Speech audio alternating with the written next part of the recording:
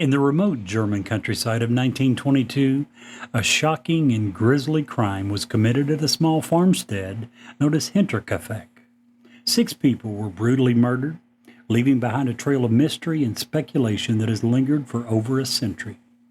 Join us as we delve into the chilling and strange details of the Hinterkaifeck murders, from the strange events leading up to the killings to the eerie aftermath. We'll explore the many theories and speculations and suspects surrounding this enigmatic case. Tonight on Newsworthy, 2 words and 2 question marks.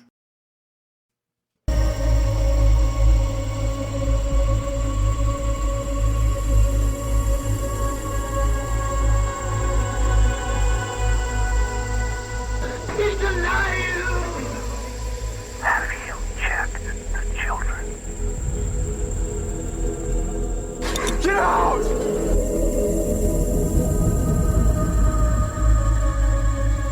You have scoured the podcast world and finally found us, Newsworthy with Steve and Jerry, where we delve into all things mysterious, macabre, or out of this world, and decide if they are truly newsworthy. 2 words and 2 question marks.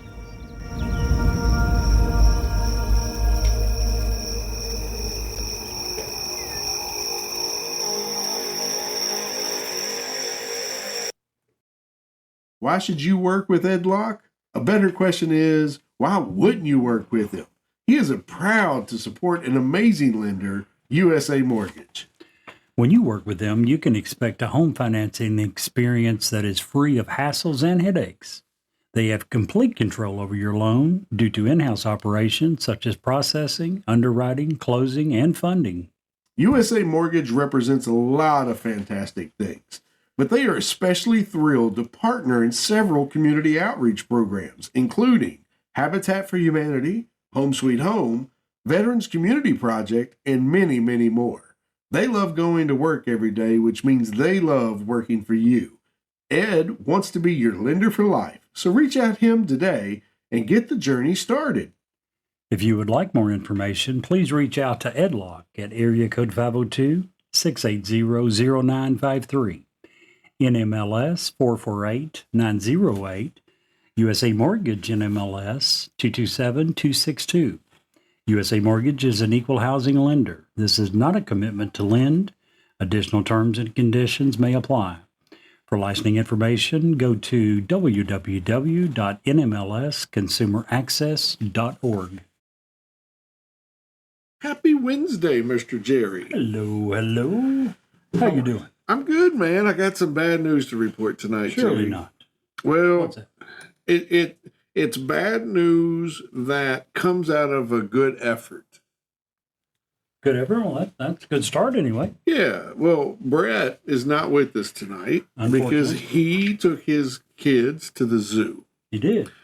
The problem is you can't be as hairy and smelly as Brett and not expect to get caught and put into the enclosure in the monkey room. Uh-huh.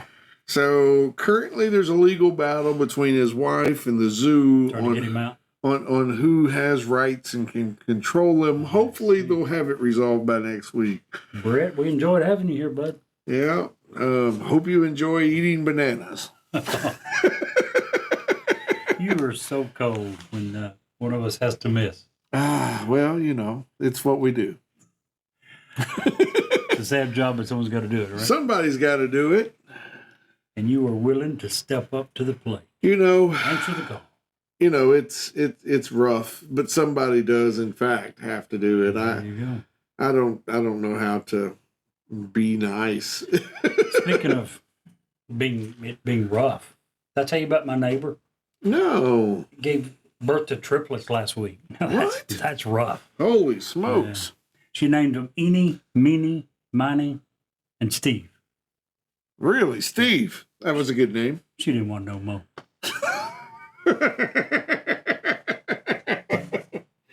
Wow.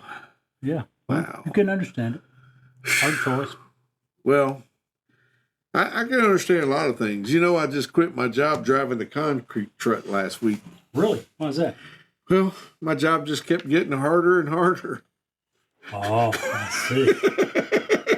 I I see what you did there. Yeah. I like that.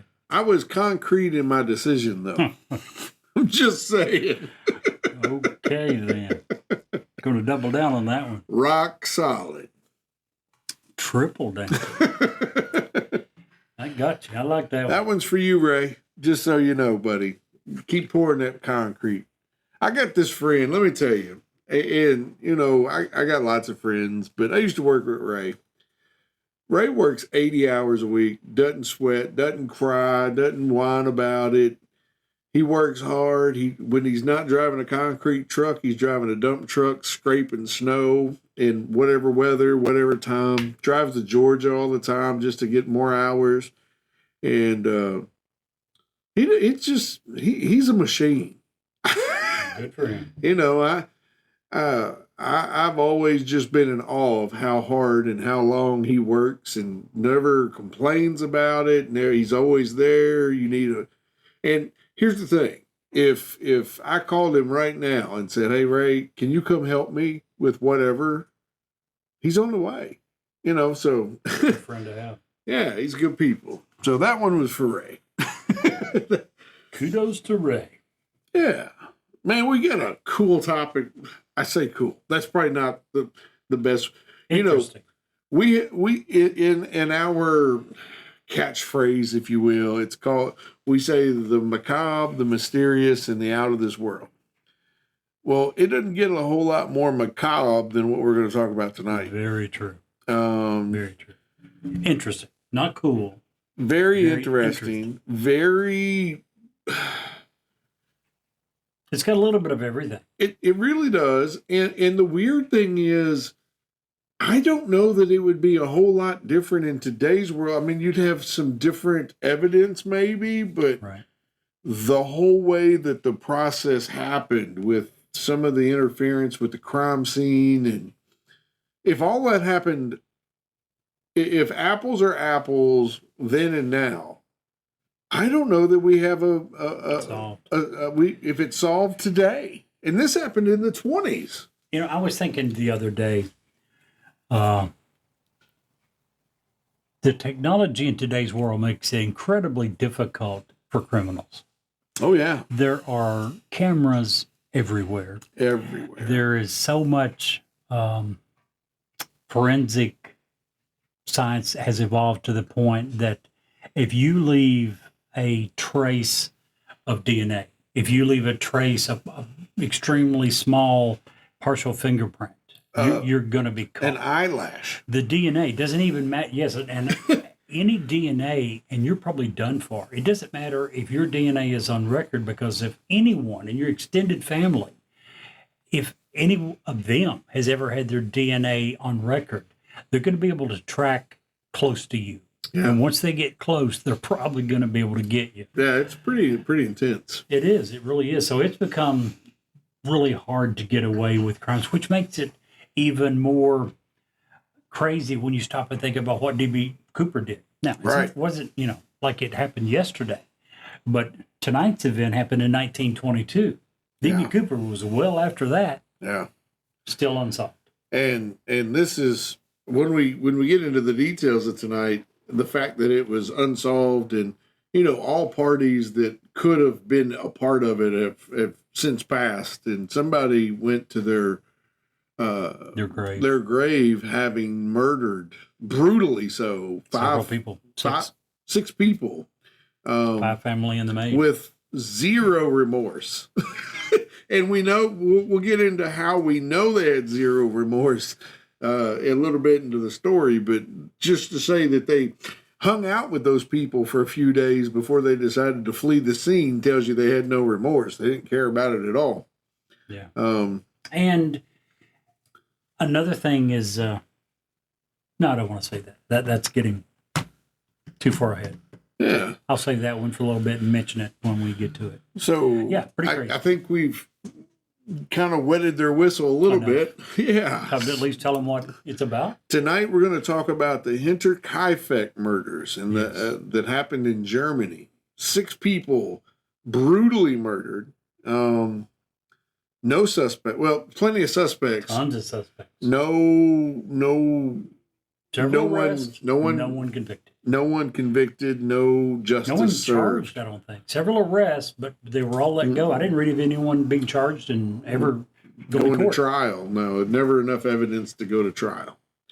So yeah, the Hinterkaifeck. If you've not heard of this, and blew me away because we always talk after our show about what we're going to cover the next week. And last week it took us a couple of days to come up with a topic, and I brought it up, and Jerry's like, And a little while later, he's like, oh, that sounds great. He'd never heard of it. Never heard of it. And that blew me away. Of course, we were just talking before we came on the air about how we watch different shows and how, like, Jerry is, he likes the America's Got Talent, those type shows. I don't like it early on. A lot of the early performers are crappy. But I asked Steve, it all come up because I mentioned Sir Tom Jones. He didn't know who that was. It turns out he knew Tom Jones, but not that he was Sir, that he'd been knighted. He mentioned that he never watched The Voice or any of those shows, any of them, American Idol, any of them. I'm with you early on. Several of the people early on are not very good. But by the time you get to the final 16, it's good talent.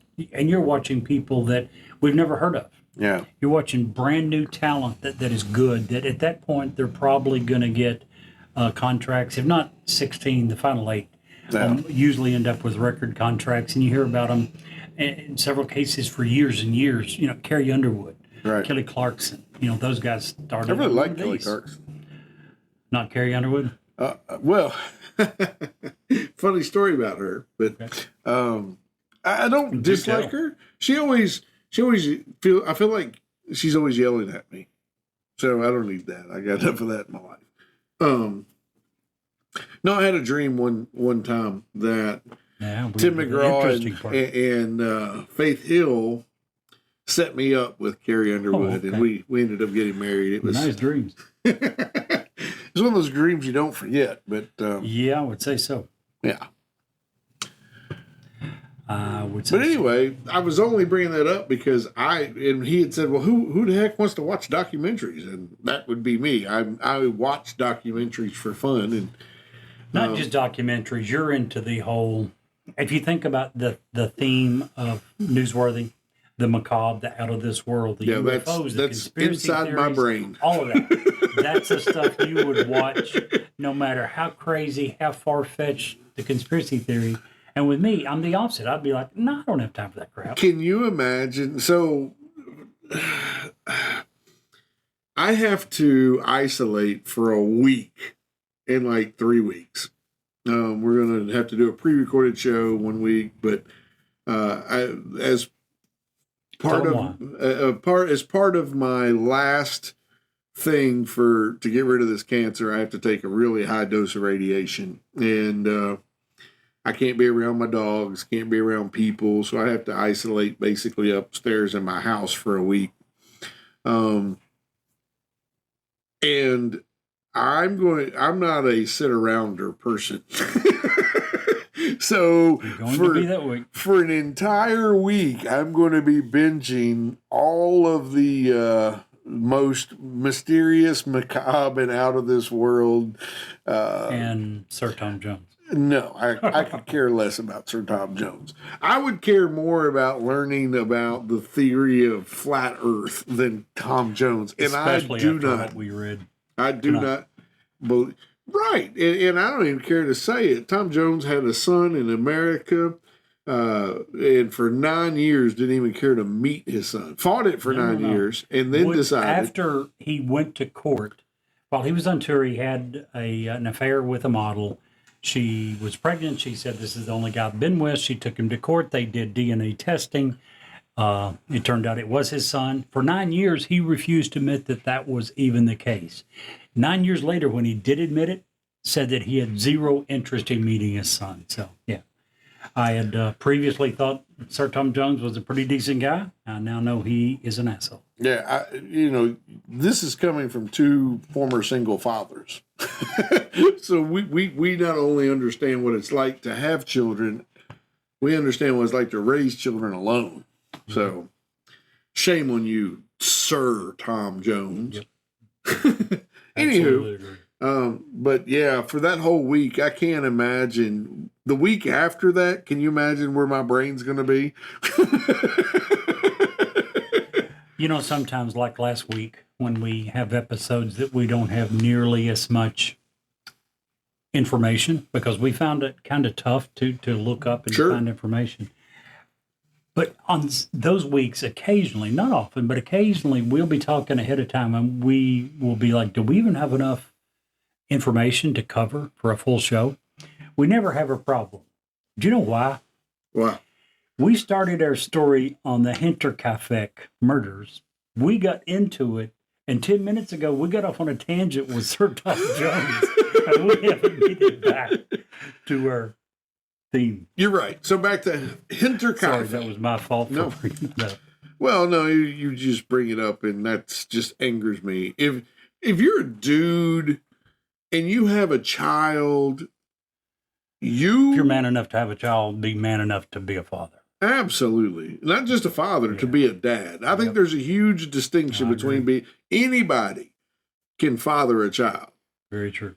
Not everybody can be a dad. You should be Or a is dad, willing to. or is willing to. Exactly. So, Everyone should and could, yeah. but don't refuse to do so. And Totally agree. to all the people out there that are taking care of other people's kids, congratulations. You a hero. Absolutely. Now, back to Hinterkaifeck, where in fact, how many of these people that got killed were so this has all the things. It has phantom footprints. It has ghost in the attic. It has men, women, and grandparents dead. It has people brutally murdered. It has heads decapitated and being sent off to psychics. It's weird. So tell us about it, Jerry. On the evening of March 31st. Oh, wait. No, sorry. Go ahead. What? I thought I was going to tell it, and then you're going to do Then by all this. means, you tell it. I thought you, for whatever reason, decided to switch, and that's cool. No, You wanna no, do that? no, Back no. to the original theory. Steve's going to tell us about it, and later on I'll talk about some suspects. Yeah, the suspects are a lot more fun, and Jerry deserves that because he's a upstanding fella. So on a Friday night in late March 1922, a German family and their new maid were all murdered at their remote farm. Law enforcement interviewed several suspects in an effort to find the person or people responsible, but as we've already stated, no one was arrested, charged, no justice Well, ever a few were served. arrested, but they were subsequently let go. More than a century later, no one's ever been charged for the horrific killings that occurred at the farm, a small Bavarian homestead called Hinterkaifeck. I'll get it right here in a second. The Hinterkaifeck murders are one of Germany's oldest and most brutal unsolved murders. So let's go back and let's talk a little bit about it. On April 4th, and I'm pulling this story from Ranker. You can pull this story up just about anywhere. I like the way the writer put this story, so props to Ranker for that. On April 4th, 1922, Lauren Schlitzenbauer, I'm sorry, we're gonna butcher these names. A bunch of them. Neither of us are German. Noticed his neighbor male stacking up at the farm in rural Hinterkaifeck. Worried something was wrong. We'll try it again. Schlittenbauer, there we go. I think that's closer. Went up to the house. He recruited his fellow neighbors. I'm sorry, Jacob Skliel and Michael Pohl, to help investigate it. Finding the home's front door locked, the men headed to the barn where they discovered the bodies of Victoria Gabriel, 35, her daughter. It's pronounced Casil, right? I'm pretty sure it is. Maybe Kazilla. Casilla. It's what they call Casilla is the way it's pronounced. Casilla, who is only 7, and Victoria's parents, Andreas Gruber, 64, and Casilla Gruber, 72. Each family member was killed with multiple blows to the head, and the bodies had been stacked on top of each other and covered up by a board and some hay. Wanting to investigate the home, the men found the hallway connecting the barn to the main house. Inside, the men found the bodies of the family's 44-year-old maid, Mary Baumgardner, and Victoria's 2-year-old son, Joseph. Both Marie and Joseph had also been bludgeoned to death right in their beds. So, after the murders, the murders weren't discovered until April 4th. However, police determined that all the family had died somewhere around the evening of Friday, March the 31st.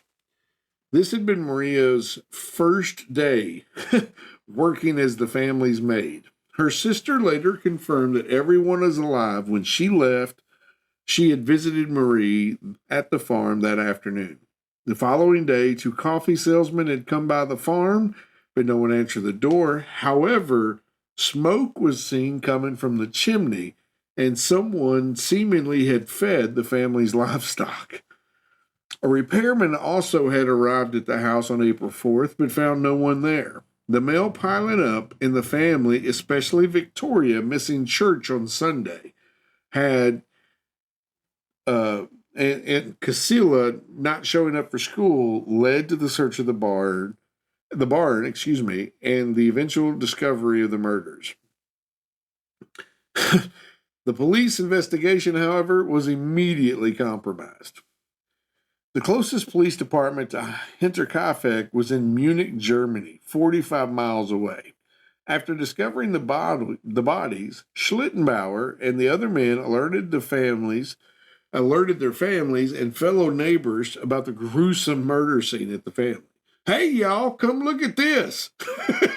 That's kind of what I'm visualizing. Probably what happened.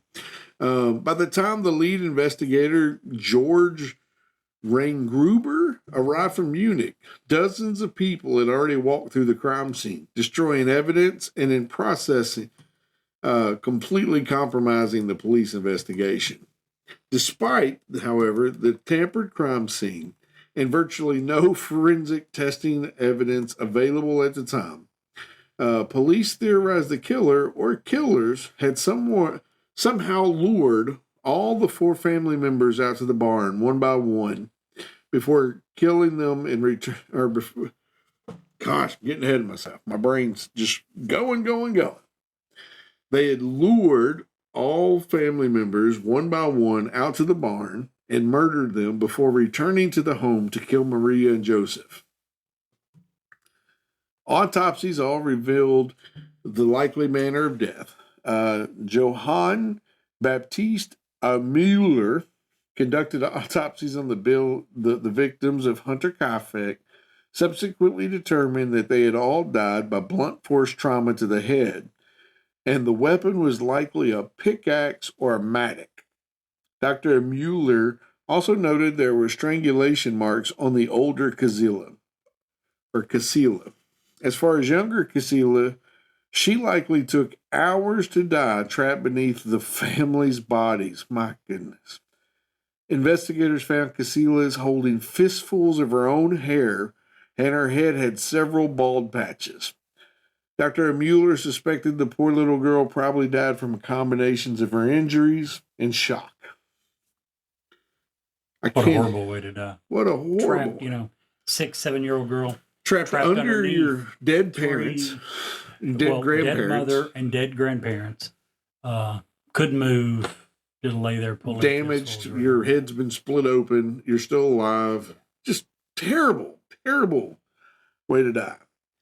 But it gets worse. It does. Sadly, it does.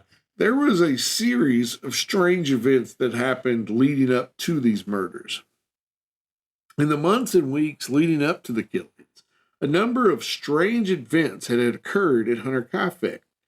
6 months prior, the family's previous maid reportedly quit after hearing footsteps in the attic. She thought the house was haunted, and she couldn't take it anymore. Neighbors also told the police that Andreas had found footprints in the snow that began at the woods in the surrounding farm, or the woods that surrounded the farm, and ended at the barn. However, he could find no footprints leading away from the barn.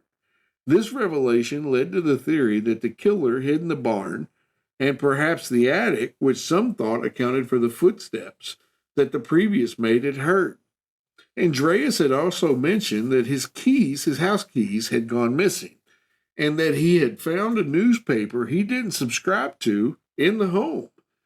He, however, declined to borrow a gun from one of his neighbors to protect himself and the family, stating, "I'm not scared." Could I interrupt? On another website, I found a little bit more information about the newspaper. The newspaper was the Munich newspaper. Andreas originally thought that the postman had dropped it. Right, he had even asked the post office. He went and asked the postman, "Did you possibly drop this newspaper? I found this newspaper here on my property. I don't know where it come from." The postman told him, "Not only did I not drop it, and I know that because no one on my route subscribes to this paper. I don't deliver this paper to anyone." Isn't that crazy? Crazy. And this was known ahead of time. He had talked to some of his neighbors. I found this newspaper. And the footprints. He had told his neighbors, "I found a set of footprints in the snow going to my barn. No footprints leaving the area." And how freaking scary would that be? It's insane. And to look around the area and not find someone, and he did. Because that's what led one of his neighbors offering him the gun. Yeah. And on the night, we'll get into it here in just a second. So, and I'm going to add this, and I'm going to add it because it's a part of the story, but I don't think it's a part of why they were dead. I don't know. I think I know where you're headed. At this point, we don't know. And we just really don't know. But as we talked about, this is prior to DNA evidence. This could have. So we don't even know if the conviction was accurate. We don't. So but it should be mentioned, I think. Yeah, Andreas, who was 64, charged and convicted of having an incestuous relationship with his daughter Victoria.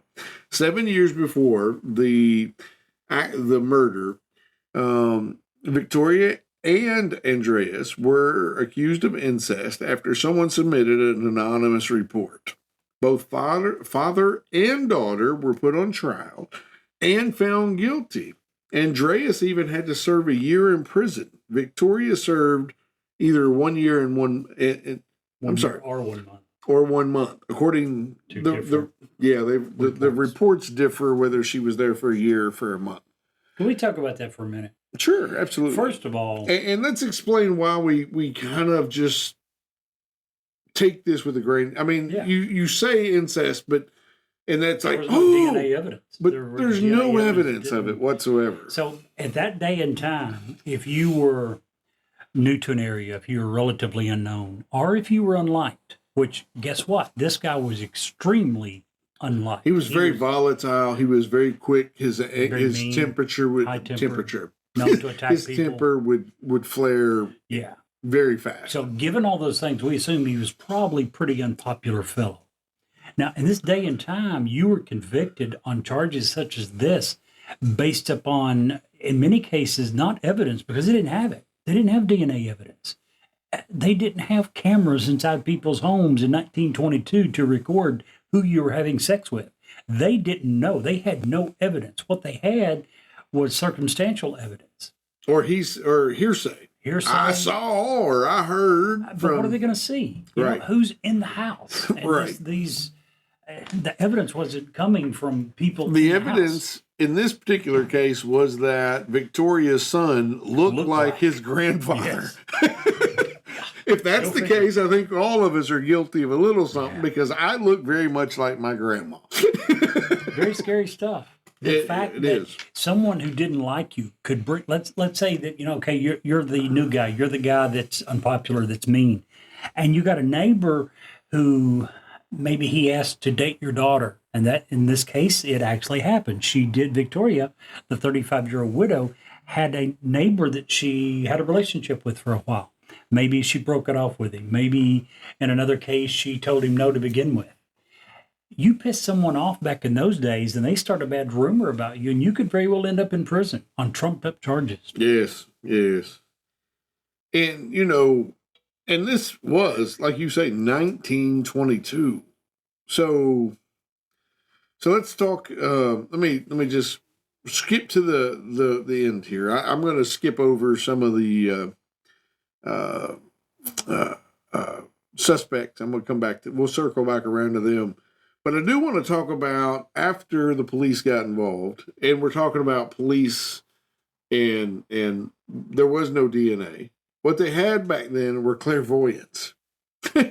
So after the police got there and the autopsies were done, the doctors and the police had the heads removed of all the victims, and they were sent to a clairvoyant, which was common practice for a lot of cases, especially when they didn't have any leads.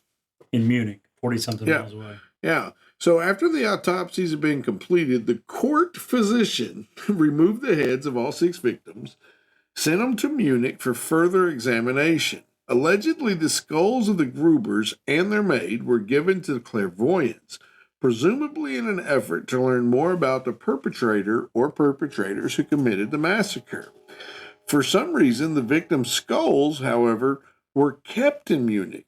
Thus, the family, the Gruber family and their maid, Maria Baumgartner, were buried without their heads. According to authorities, the skulls went missing following the upheavals caused by World War II, and they were never recovered.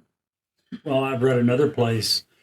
They were transferred. The clairvoyants didn't keep them. They were given back to the police, and some police agency wanted to do further testing. Keep in mind, in the 1920s, there was a lot of evidence, forensic type technology that was in the works but hadn't come about yet. So they decided to hang on to them for a little while. That ended up lasting until World War II, at which time the building that the heads were believed to have been stored in was actually bombed. Yeah. And obviously evidence was gone at that point. So some of the things that are creepy and crazy about this, it was reported that whatever was going on around the house and around the farm was enough that it had scared the family, that the entire family was sleeping on the floor in one room of the house together. It was also noted that at one point they checked the attic and there was no one up there and no signs of anything being different. A different report says that people had checked the attic and they found straw in the attic, which people think that someone would have put down to muffle their footsteps. There was also human excrement in a corner and some half-eaten food in one corner. Just weird. And after people had discovered the crime scene, people were just going in and out of the house like before the police got there. Some people even cooked meals in there. So just further destroying and there's dead bodies laying in the bedroom. Like, I don't know about you, Jerry, but if I ever come to a house where there's dead bodies in the bedroom, the last thing I'm going to do is cook a Hot Pocket. Not putting a frozen pizza in the oven. Just, I'm sorry, I'll go out to eat that day. I agree. So there, over the years, have been more than 100 different suspects.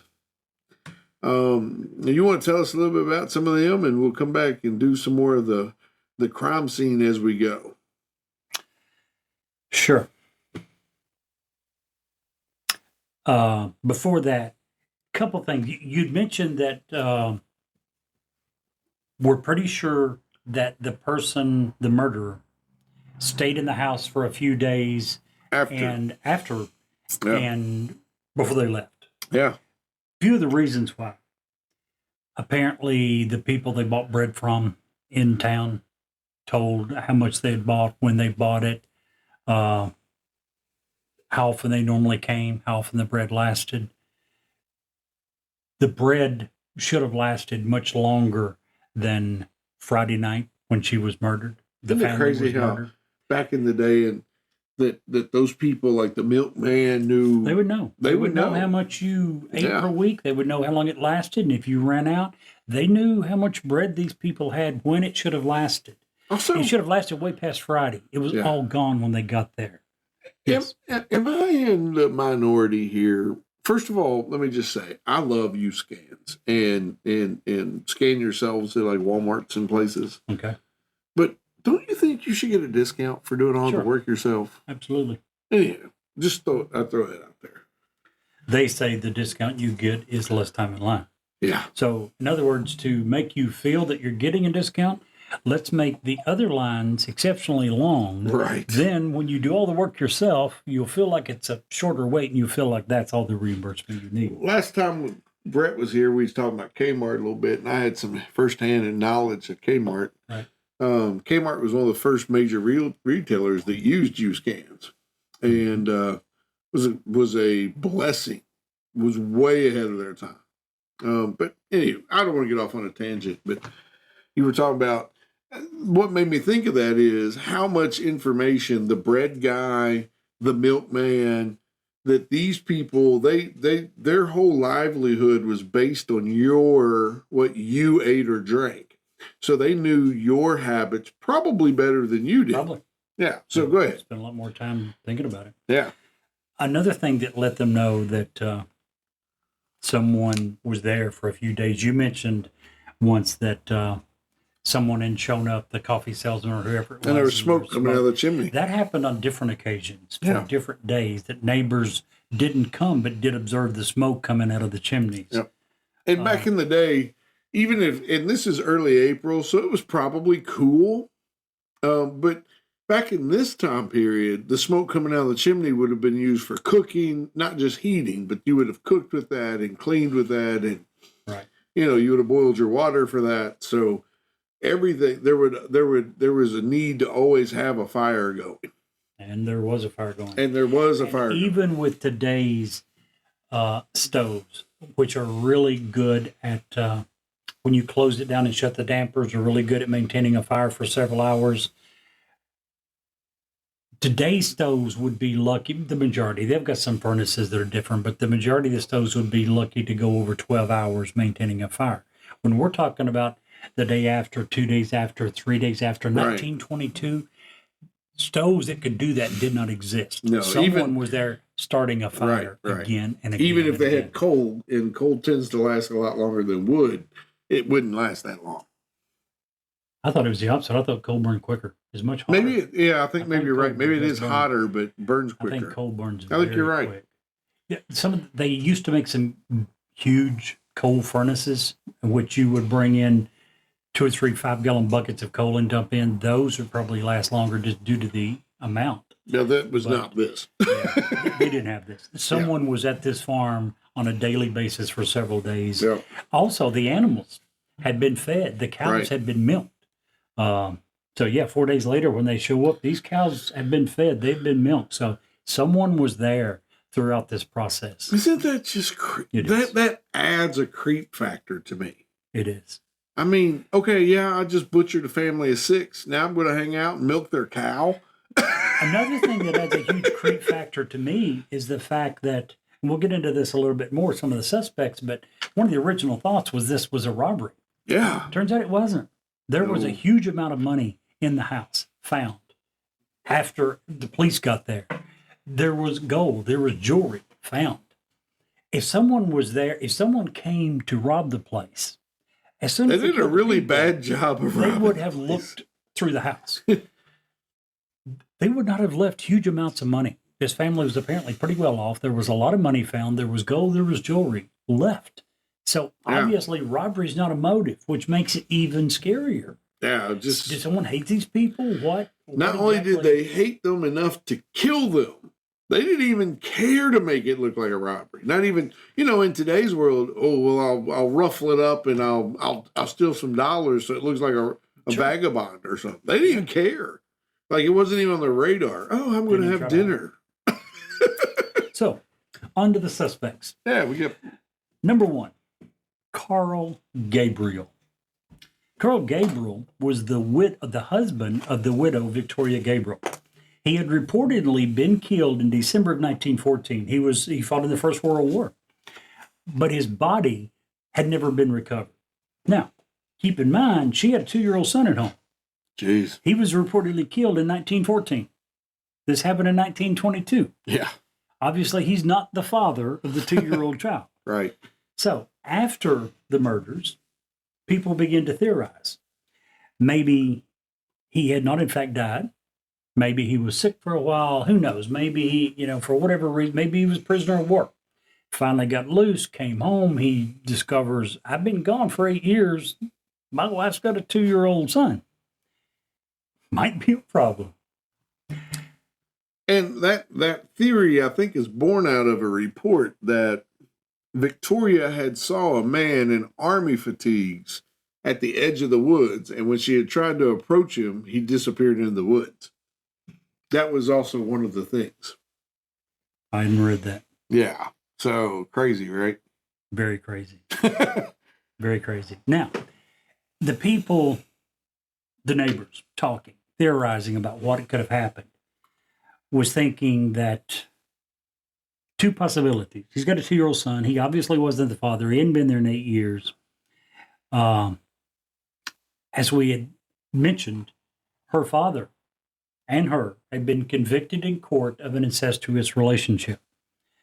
The neighbors were kind of torn. Her father is one of the people they think that may very well have been the father of her 2-year-old Right. child. Obviously, how would you feel if you come home and found that your wife that you left behind while you went off to fight the war had not only had a child, but by her own father?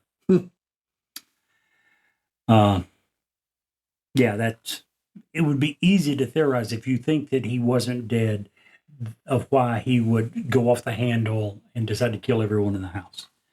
But this wasn't that. What do you mean this wasn't that?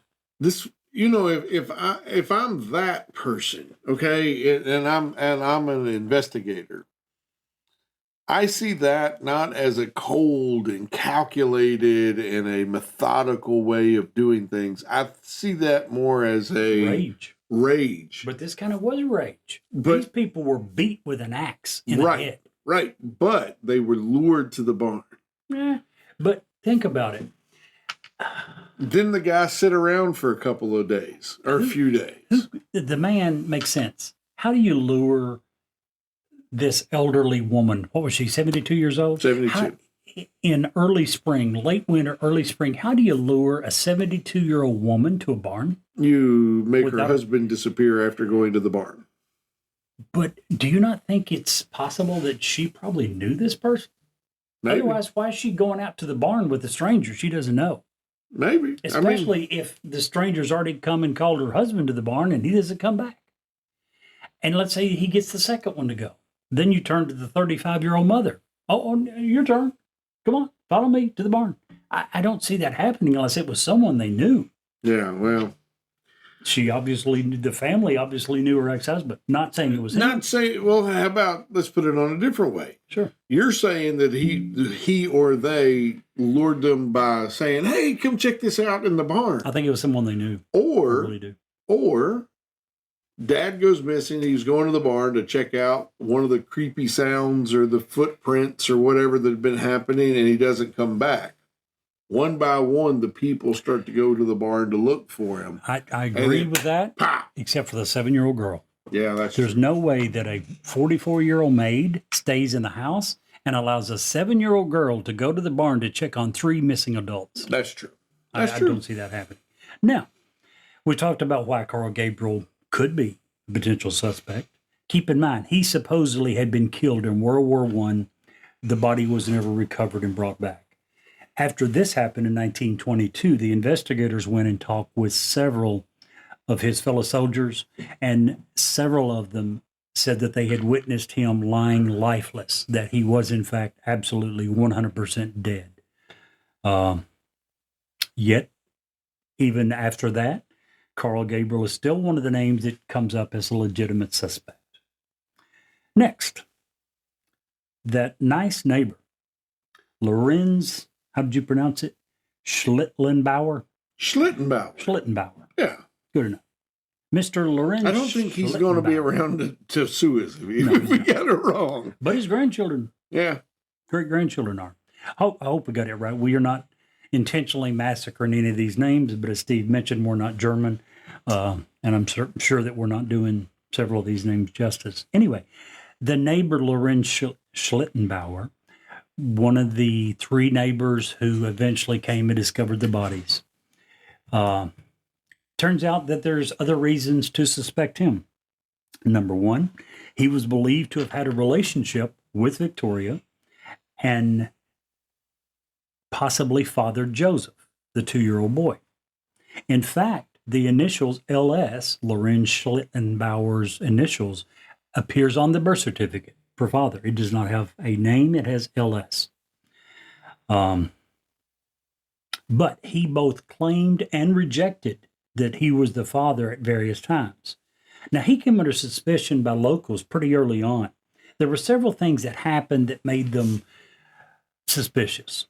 Number one, as we mentioned, forensic science wasn't anywhere near what it is today. But even in 1922, they knew that you didn't start moving bodies. Yet when he went into the barn and they discovered the 4 bodies that were stacked, he immediately began moving the bodies. Right. Now, his reason that he gave to the police was that I was searching for my son, my 2-year-old son. So now he's admitting that he's the father. But he said that he was searching for him. All the rest are here. He's a little 2-year-old boy. I figured he's on the bottom. So that almost makes sense, right? You could almost understand if he was the boy's father and he sees... But he took the time to set the body up. He just didn't slide him over. He was like literally setting her up. Well, he was setting who up? I didn't Like sitting her up, yes. You know, he was leaning her up against the post. He certainly moved the bodies a lot. To the point that there was, the crime scene in the barn had been thoroughly ransacked. At that point, he then goes into the house by himself. He produces a key and unlocks the door. Now, it's possible, as a next door neighbor, that he had been given a key. It's possible that as Victoria's lover, she'd given him a key. Mm-hmm. It's also possible, if you remember going back to one of the suspicious things that had happened, is in the few weeks before this incident, Andreas had said that one of the house keys went missing. Right. Well, suddenly here's a neighbor that no one has record of having a key that now has a key, and he goes into the house. Yet another... Go ahead. Well, I was just going to say, my next door neighbors, I have a key to their place. You do? Yeah. One of the neighbors. Yeah. So, just in case. So. Which is a good thing if you trust them. Yeah. Now, if your neighbor had an affair with your daughter and had a 2-year-old child that they were refusing to pay child support for, which, by the way, it turns out that even though Lorenz at times disavowed that this was in fact his son, when you look at the fact that Ellis was on the birth certificate, it turns out that Victoria had taken him to court and won a judgment, and he was being required to pay for child support. And the fact that he told the police that it was his son, he was the boy's father. Yeah. At least in all likelihood. Again, we don't have DNA evidence. But what? Here's why I don't think he was the guy. Go ahead. He did the paper. The newspaper? The newspaper. Had the neighbor subscribed to that paper, the mail carrier would have known that. True. Smoking gun. But in that case, you're saying that rules out every neighbor as a suspect? Isn't it possible that the neighbors didn't subscribe but went to wherever and bought a copy of the paper? Certainly. It certainly is. Including Lorenz Schlittenbauer? Yeah. We don't know. Again, many of the neighbors thought that he was the murderer. Many of them had publicly accused him. Before his death in 1941, he had conducted and won several civil claims for slander against people who described him as the murderer. So there obviously was not enough evidence to convict him. So we went through the ex-husband. We went through the next door neighbor, in all likelihood, the father of the 2-year-old. Now, let me ask you this. Sure. A few nights before the murder, Victoria had fled the farm through the forest after we talked about Andreas being a violent individual, and they had had a violent quarrel. She was gone all night, according to her daughter, and came back the next day. Another thing that could lead to Schlitzenbauer, you know. But if that were the case, why would you off Victoria? Well, another thing that we kind of alluded to but didn't mention directly, she had sued him for child support Right. and had won. Several neighbors thought this guy apparently had some financial troubles. He had a family of his own and was having a hard enough time. Keep in mind, this is after the Great Depression, which was Right. predominantly in the United States, but affected the entire world. The entire world. Times were tough. It's possible many people thought that he killed her simply so he wouldn't have to pay child support. And also a reason why he would also kill the 2-year-old boy, because if he was known to be the father and allowed the boy to live and they went to live with someone else, he would still be obligated to pay the money. True So fact. if you're going to kill her, if you're going to kill the 2-year-old son, at that point, I guess you would have to kill the rest of the family just to try to cover it up. Not saying that he did it. There's circumstantial evidence. There's nothing more than that. Can you imagine what, let's just say for a second it was Schlitzenbauer. He knows that Joseph is his son.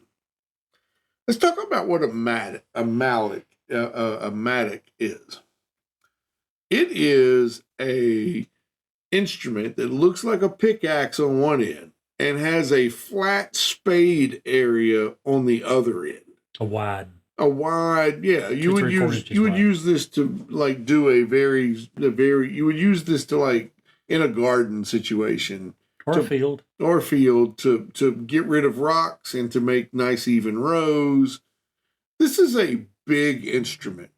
Can you imagine what kind of I just first of all, whatever you're doing to the adults, okay, you're sick, you're a sick dude, whatever, sick dudette. But to be able to turn that same weapon on 2 children and just not have any, I mean, didn't even, How sick do you have to be? how mental do you have to be? It just blows me away. And then, and I know I've said this a couple of times, but it leaves me in awe. Not only do you have a small boy that you just use this weapon on in the house, you're going to sit in the kitchen for a few days. I mean, decomposition has to start happening. You're going to. It blows me away. Yeah.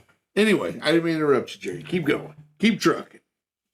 To stay on your pickaxe-matic tangent for a second, I think it was after my freshman year, in between my freshman and sophomore years, the first day of summer break, I got a break. Dad didn't ask me to do anything. I born and raised on a farm. Second day, vacation was over. Dad took me into a field that we literally called the field behind the barn. That's where it was, the field behind the barn. It was an 8, 10, 12 acre field. He handed me a mattock and told me that my job that summer was to dig out the thistles in that field. Now, we had tried, you can't mow them, they just come back up. And if you wait too late until they bloom, you're actually just spreading the seed at that point. So what I had to do was to dig them out by the roots. I couldn't just cut them. I had to dig them out by the root. The problem was this field was so overgrown with thistles, you could barely take a step without stepping on one. Jeez. I spent a summer in that field with a mattock. I spent an entire summer. Yeah, it was not a fun summer.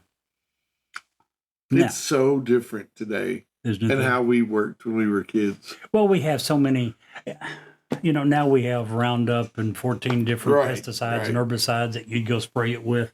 You and I were talking recently. It'll absolutely kill them. You don't have to worry about it.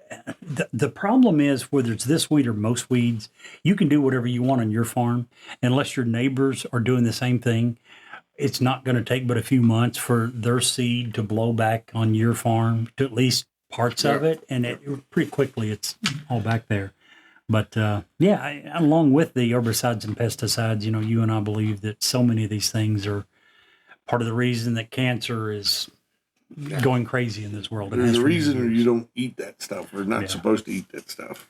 But and you can say that you don't eat it, but when your cattle are grazing and you're milking those cattle for milk and you're killing them and eating the meat. As someone who used to work in southern states, and that was my job, pesticides and herbicides primarily. I would go into fields and help farmers develop a plan to if you have a better pasture, you can spend less on feed, so it makes sense to upgrade your pasture. Sure. And that would include me coming along in a big truck and spraying herbicide down and getting rid of all the weeds so that the cattle or horses or whatever have a better graze.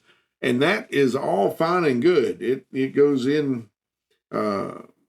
Tests show that it'll go in the mouth and out, out, and it doesn't affect the cow. If you believe that stuff, I mean, more power to you. I don't see how you eat something and it goes through your digestive tract and you don't absorb some of it. I just, and especially when something like that. Here's the rub. So when they tell you that if your cows are in this field when we spray, that's fine. It's not going to hurt them. But if you turn your cows into another field, you have to be aware that wherever they use the bathroom becomes weed free. That should tell you a little something. It does. Absolutely. I'm just saying. We had an actual claim on a field because we have to get signatures from farmers saying that they understand how this works, especially on what we call product that have a residual effect. Roundup is a one-time, it's 2,4-D and all these are one-time use. You use it, it kills whatever's there, and then it's gone. Okay? Mm-hmm. We had chemicals, chaparral, and no offense to chaparral, but chaparral, and there was many more that we had that were more expensive, but would last for several years. They had what was called a residual effect. They would stay in the dirt and kill any upcoming weeds, which is why they were more expensive. You not only killed the weeds that were there, you killed the weeds for a couple of seasons. Yep. But if I sprayed a field with chaparral and then the cows came in and ate, and then you moved to another field, and then you tried to plant tobacco in that field next year, well, as soon as the tobacco roots hit that chaparral, it's going to kill it.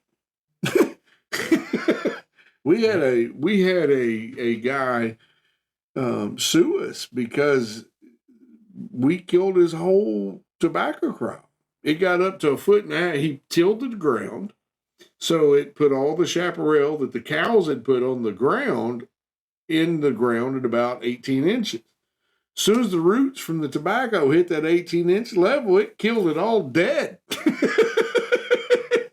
Yep. What is it they call seed corn that has Roundup or whatever chemical in it? Oh, there's all kinds of names. You know what I'm talking about? about? But yeah. That process scares the hell out of me. Yeah, Just, and it's what the hell? How can it be safe? Yeah, I don't know how that can be safe. The seed corn that we're going to plant in the ground to grow this crop of corn has got the chemical Roundup or whatever in it to where you don't need to spray the ground. It's in the seed. A lot of times now that didn't really last. I mean, I don't know. I've been out of the business for several years at this point, but even at the end of my tenure, they had even gotten away from that kind of stuff and just went to no-till.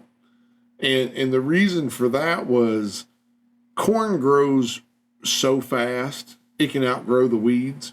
So they didn't even, on a lot of big cornfields now, they don't even till the dirt. They just go through with a planter right on top of the dirt and plant the corn, grass and weeds and everything else, and the corn outgrows it.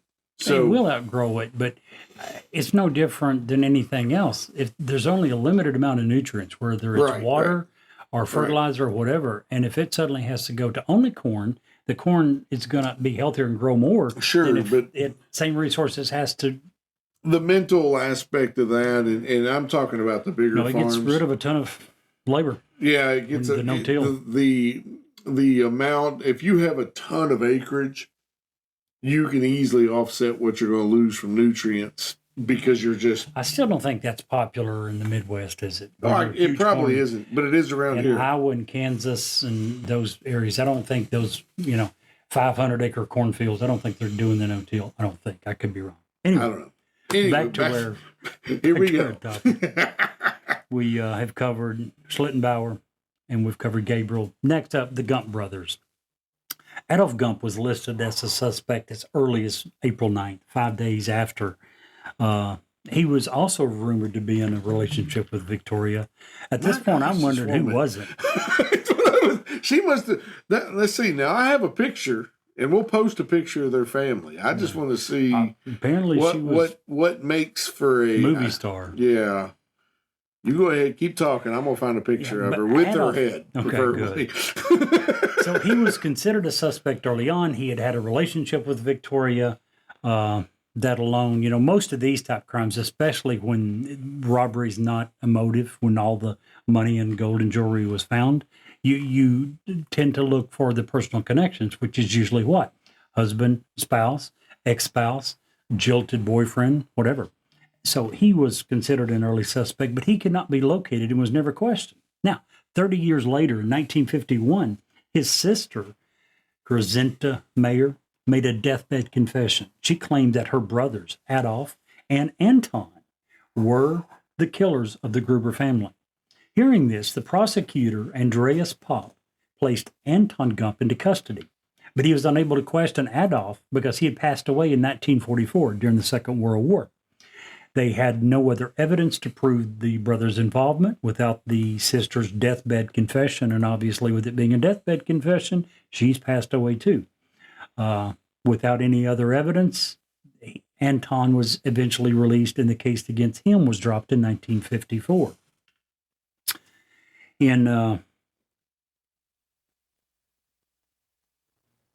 One second. Well, while you're looking, I can just say. So was she worthy of the attention? Have you ever watched the movie Sound of Music? Yeah, it's been a long time, but I have. Okay, so you know the lady with the short hair?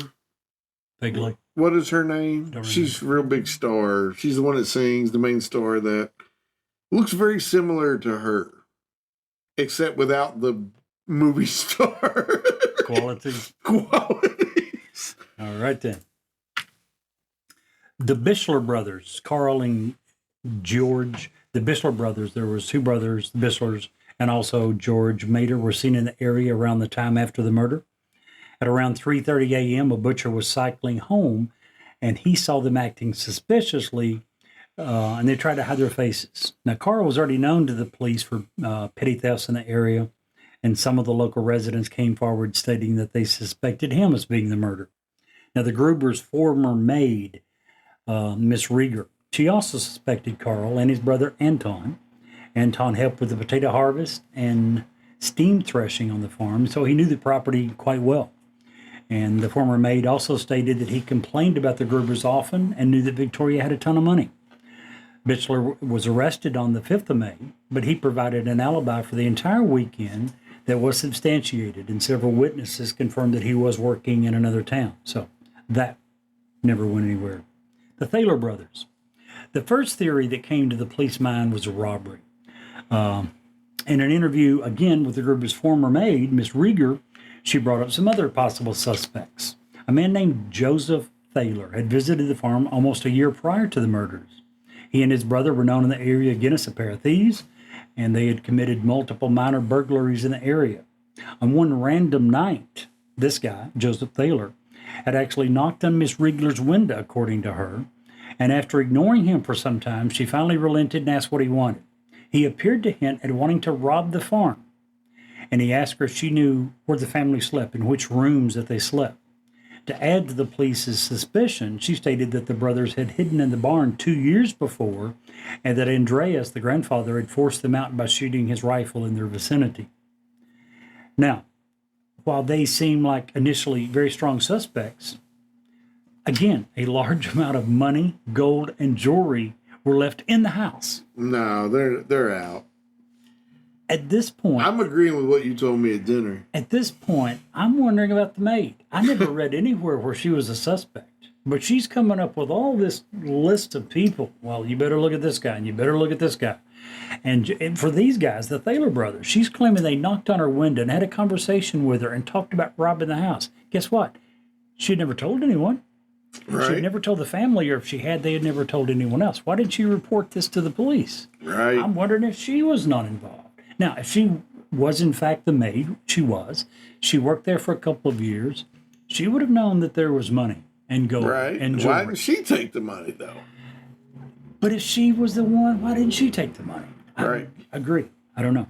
Unless Andreas was known for his temper, maybe he treated her really bad, and we all know what a woman's scorn will do. But there's no word of that around town. You would have thought that if that's he true. would have, hated this woman and treated her really bad, you would have, bad enough for her to want to kill someone, you would have thought she would have told some people. There's no word of that happening. It's really strange. Now, another one. In 1999, an elderly woman contacted the authorities. She claimed that her former landlord admitted to having information about these killings. Officials investigated this tip. They learned that the landlord supposedly made this claim in 1935. Oh, This woman waited 64 years to say anything about it. Not obviously, but the previous landlord had been dead for many years at this point. So there was basically nothing they could do. So if that was true, again, as you had mentioned earlier, took it to his grave. It's Now, crazy to me. this is not a suspect, but to finish it up, in 2007, more than 80 years after the Gruber family and the maid was killed, 15 students from I'm not even going to try this, some police academy in Germany, they used modern techniques to investigate the unsolved case. The students ruled out all but one suspect that they believe committed the murders at the Hinterkaifeck farm. They did believe that the suspected killer was dead. They did not publicly name the person they believe was responsible for the massacre out of respect for the suspect's living relatives. But they did. The 15 students came to a unanimous conclusion of who they believed the most likely suspect was. Unfortunately, we're probably never going to find that out as well. So, 102-year-old brutal mass murder of 5 family members, one maid, still as of yet unsolved, and obviously at this point is Never going to be. very, very likely to have never. Now, if you go to the place where the farm is located now, there is a small memorial established, but Now they That's did. it. In 1923, the year after this happened, the neighbors tore down the buildings. They demolished all of it. They didn't want any reminder of it. And at that point, the memorial was put up, and that's all that remains. crazy. Very crazy scenario. Wish we could have been able to give it a little better ending, some closure. I'm sure all the family members wish that they knew who did it. Most of the world wishes that, we knew who did it so we could have punished the people responsible. As you said, at this point, that's likely not going to happen. And I'm going to post some pictures of the farm and of the memorial. I'm not going to post pictures of the bodies. There are pictures, but it doesn't do We it said them we'd any put our justice. picture up when we were talking about incest and all that. I don't know that's the right thing to do either. If you want, you can certainly Google it, and the pictures are there. Again, we don't know that incest ever happened. Yeah. They were found guilty of it. Again, in that time, there was no DNA evidence. This is based It's upon he neighbors. said, she said. And if I don't like you, then, F you. Pretty much. It's the way it's going to go, unfortunately. But the Hinterkaifeck farm, Jerry, thumbs up, thumbs down. Needs more coverage or less coverage? I'm torn. If there's evidence, if there's new evidence, by all means, let's talk about it. Yeah. I went and read meticulously 6 or 7 different articles on this, And what they have to say is almost exactly the same. No new evidence has come up In 50 years, many, 60 many years. Yeah, there's been a couple of allegations. Well, so and so on their deathbed said they knew someone. Wait, zero new evidence has come up in a long time. So unless new evidence comes up, why keep talking? Continue beating the same dead horse? Yeah. So I'm saying thumbs down. And there's so many weird things about this case, but none of them are unexplainable. If there's steps that start in the woods and end at your house, they're in your house. Get your family out of your house. First of all, right? If they go to your barn, then get your animals or whatever you're worried about out of your barn. But see, there was also that hallway that connected the barn to the house. Right. If you're hearing things In the attic. and you as a male or female, as the primary person in your house, if you are scared to the point in your home that all of your family has to sleep in the same room, get out of your house. Now, that you make it sound very easy. And I don't know how bad the Great Depression affected this area of Germany. I don't I either. do know But that they're in the United post States of World War America, One, so it's probably worse than what we experienced here in the United States. I do know in the United States, many hard work and able-bodied men who were willing to work and wanted to work, Couldn't. their families were hungry because they couldn't find work. I know. So if you've got a family living on a farm that eats well, it's easy to say, get out. Where do you go? Yeah, my How do you feed the grandfather in his house was built during the Great Depression. When we had the flood back in the early 90s, his house was flooded. And we were going through it. There were all these papers. They used newspaper as insulation. And there were papers from the 20s and 30s all up in the walls. It was bizarre. So I get it. But food and food securities versus, hey, I'm going to go to town for the night and we're going to bring back a posse and check out the property before I let my family sleep here safely. But let's say it was probably daytime when he discovered the footprints, right? I'm Maybe, sure before yeah, dark. It would almost have to be. He had searched the barn, he'd searched the house, he'd searched the sheds, Yeah. and found nothing. And But you're still left with one set of footprints leading to the barn. Yeah. Nothing leaving. I'm And like then you. That's scary. Your maid left because she heard footsteps and And I read in one place, he initially, Andreas, the grandfather, didn't believe her story. yeah. A few months later, heard the same steps. Right. And then that's when he saw the paper and he started taking a mental note, realized the set of keys were gone. There was a lot of little, it's, okay, let's just be fair. Hindsight is always 2020. Sure. So maybe it's kind of like the whole thing when a frog's thrown into some boiling water. You know, if you throw a frog in boiling water, it knows it's cooked.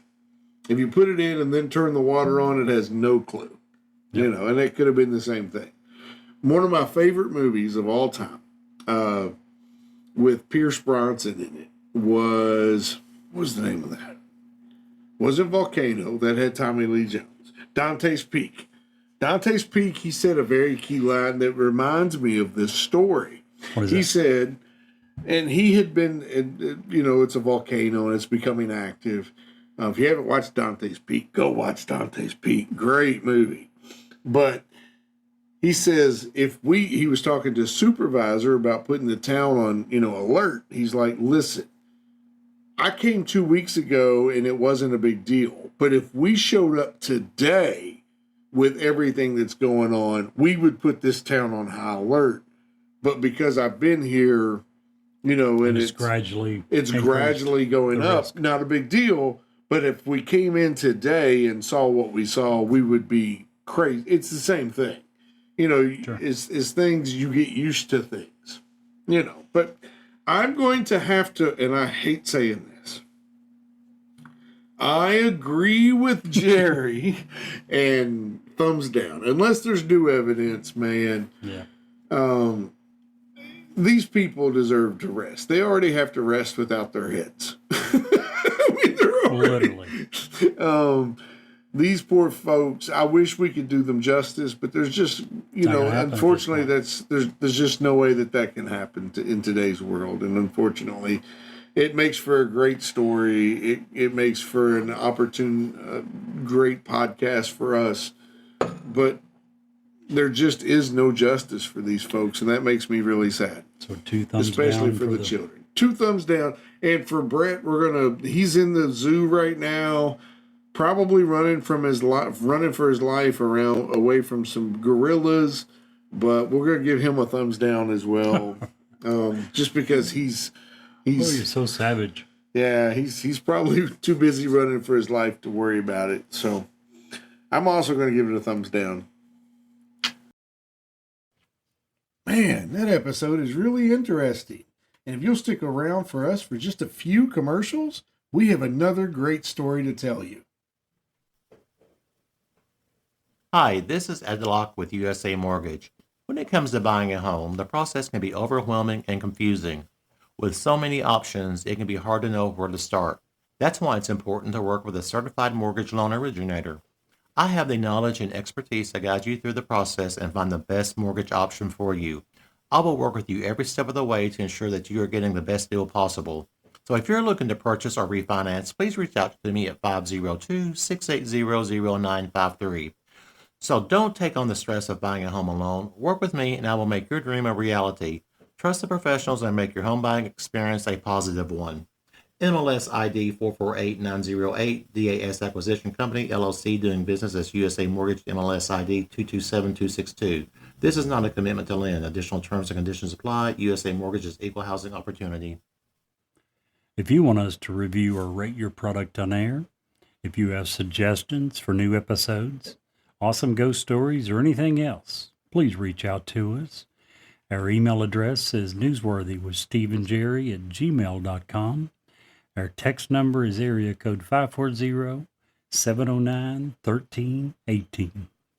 And now, back to the story. Tonight, we're not going to Westeros. Instead, we're going to Arcadia National Park in Maine.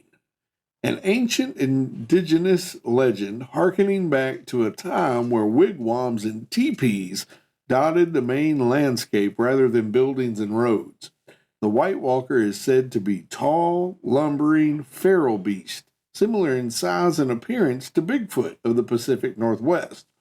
However, the White Walker is said to be covered in white fur, not brown or black as in the case of Bigfoot. Indigenous Americans had many names for what we now call White Walkers. Kawai, translated as to walk about the woods. As the legend goes, this creature was once a man, but became possessed by dark magic and turned into a horrible beast when the man committed awful crimes against his tribespeople. What legend says, once turned into a White Walker, the creature wanders the northern forest at night hunting humans, shrieking its shrill and piercing cry and preying on lonely travelers who journey through the woods alone. While some stories say that White Walker's heart is made of ice and can be purified with certain herbal medicines, curing the White Walker and returning him to a human state. There are a few accounts of this actually being done successfully. And Jerry, if you can't see the light, Be the light.